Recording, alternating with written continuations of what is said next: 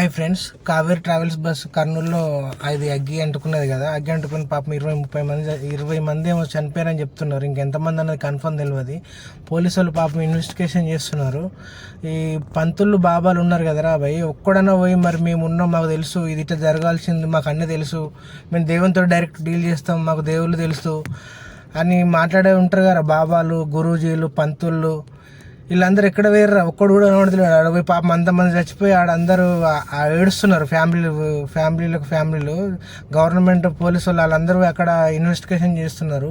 మీకు తెలిసి ఉంటే వాళ్ళు ఏ బాబాగాడు కానీ ఏ పంతులు గాడు కానీ ఎవ్వడు కూడా పోయి ఏ జాతకం చూస్తాడని పోయి వాళ్ళని కాపాడలేకపోయారేంద్రా. ఏ ఒక్కడి కంటే తెలియదారా? మీకు అన్నీ తెలుసు కదా, దేవుళ్ళ గురించి, జాతకాల గురించి, ఏ మంచి చెడుల గురించి అన్నీ తెలుస్తాయి కదరా భయ్.